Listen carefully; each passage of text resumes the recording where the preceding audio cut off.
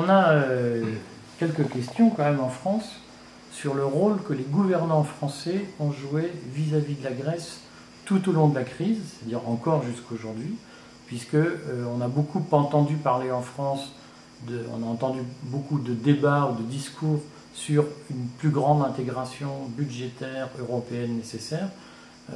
Nicolas Sarkozy en a parlé, François Hollande en a parlé, Emmanuel Macron en parle encore. Et en même temps, on a toujours en France une ligne politique qui est très tournée vers la recherche d'un traitement plus favorable compte tenu des déficits budgétaires français qui sont importants. Quel est ton regard sur le rôle de la France pendant la crise grecque telle que tu l'as connue, éventuellement avant ou après? Le vrai problème de la France pendant toute cette période, c'était la faiblesse économique du pays. C'est-à-dire, les dirigeants français étaient de la bonne côté de l'argument, mais ne pouvaient pas prendre des décisions, parce que quand ils étaient autour de la table avec les Allemands, à la fin, c'était les Allemands qui gagnaient, toujours. Comment ça se passait concrètement? Concrètement, je me souviens très bien, mars 2010, on est à l'Élysée avec Georges Papandréou et on discute avec le président Sarkozy, qui nous dit, écoutez, moi je ne suis pas d'accord avec Merkel, je trouve qu'il faut aider la Grèce, il faut créer un mécanisme européen, je vais le dire et je ne veux pas le FMI en Europe, on va faire ça tout seul. 2 semaines après, le FMI est dans la crise grecque et le gouvernement français s'est mis complètement en ligne avec le gouvernement allemand parce que les Allemands ont dit, écoutez, c'est soit comme on veut le faire, soit l'Allemagne ne va pas participer à ça. Donc c'était un rapport de force très très clair. Faisons un pas en avant, 2015. Là, il y a la même chose, mais là, je dois dire que le président Hollande a joué un rôle extrêmement important en 2015 pour éviter que la Grèce soit expulsée ou enfin sortie de la zone euro pendant des négociations auxquelles je n'étais pas présent, mais maintenant c'est assez bien ce qui s'est passé. Envers une Allemagne où au moins le ministre des Finances, M. Schäuble, avait été d'un avis que le coût de garder la Grèce en euro, dans la zone euro était inférieur,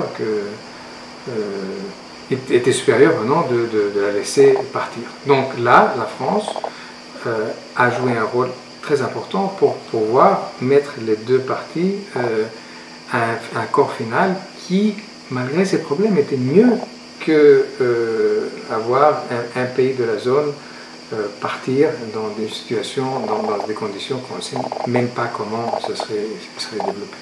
Est-ce que ça signifie que lorsque Alexis Tsipras, avec Varoufakis à l'époque comme ministre, commence, paraît-il, à imprimer des billets pour une nouvelle monnaie qu'il aurait introduite en Grèce, est-ce qu'en Grèce, il y a une majorité favorable à une sortie même provisoire de la zone euro? Non, même en ce moment-là, il n'y avait pas de majorité pour la sortie. Il y avait malheureusement une majorité qui croyait que en jouant ce qu'on appelle un game of chicken avec l'autre partie, c'est-à-dire en disant, écoutez, soit vous faites ce qu'on veut, soit on part, qu'on pourrait avoir un meilleur deal. Mais en effet, quand l'autre partie veut une partie, quand les Allemands étaient prêts à lâcher la Grèce, ce n'est pas la bonne tactique. Et Tsipras a compris ça, malheureusement très tard. Varoufakis, je crois, l'a compris plus tôt, mais lui était prêt à risquer la double monnaie. Il y avait un plan en préparation, il était prêt à risquer une sortie de la Grèce qui, je répète, aurait des effets désastreux pour les moins dotés, les plus faibles dans la population grecque.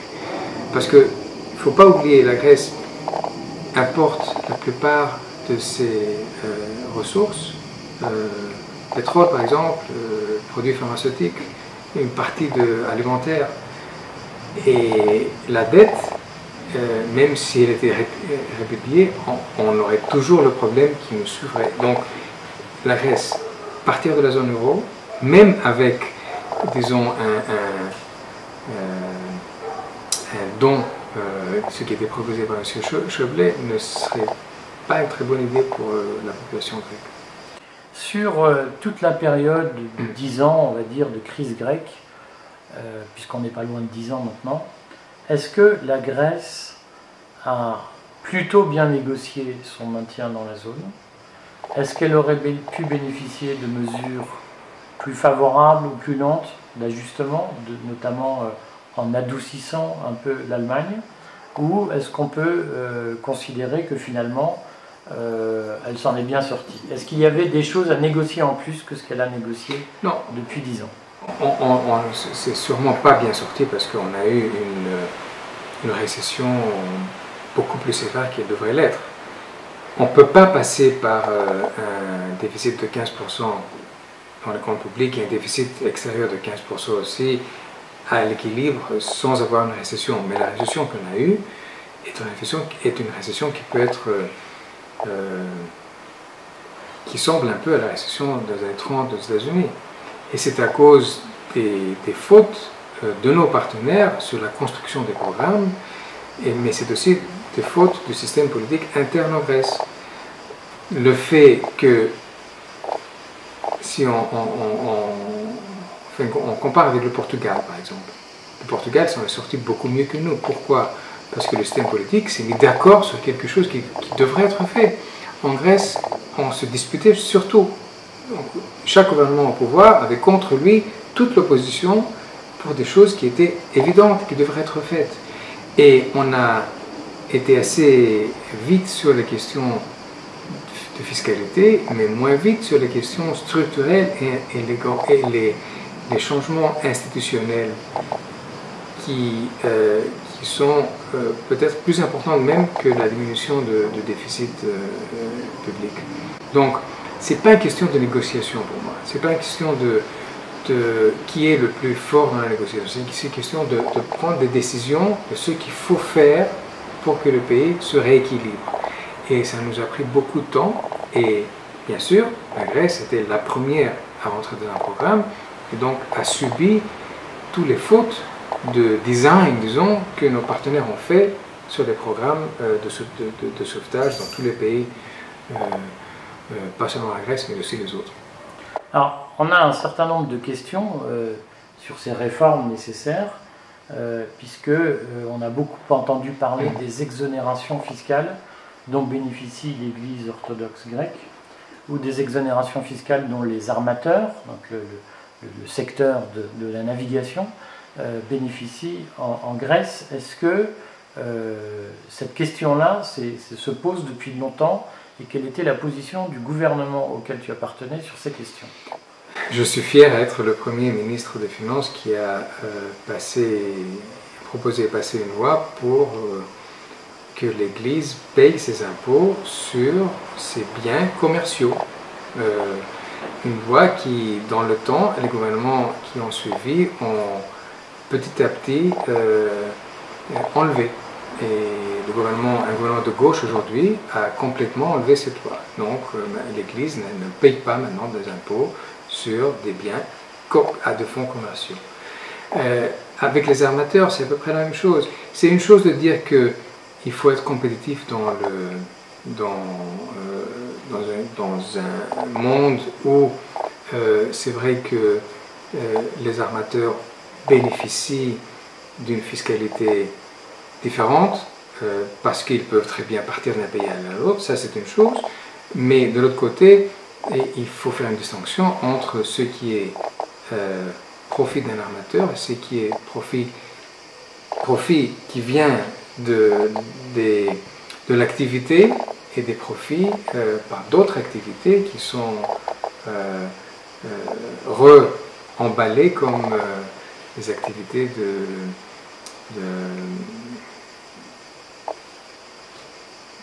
d'armement. Voilà. Là, encore une fois, la plupart des gouvernements a eu beaucoup de mal d'aller dans cette direction, a eu beaucoup de mal d'aller contre. C'est pas aller contre les armateurs, c'est de faire une fiscalité qui est juste, qui comprend très bien que les armateurs grecs ne peuvent pas être désavantagés vis-à-vis, par exemple, des armateurs allemands, mais en même temps, qui dit que la population grecque se sent que tout le monde paye ce qu'il doit payer d'une façon assez juste. Alors, puisque on parle des forces internes grecques qui peuvent résister au changement, et pas seulement des forces politiques, mais des forces économiques, quel peut être, par exemple, l'intérêt d'un Alexis Tsipras à réinstaurer, à réinstaller l'exonération fiscale en faveur de l'Église orthodoxe? Le problème avec le gouvernement d'Alexis Tsipras, c'est qu'il y a plusieurs gens,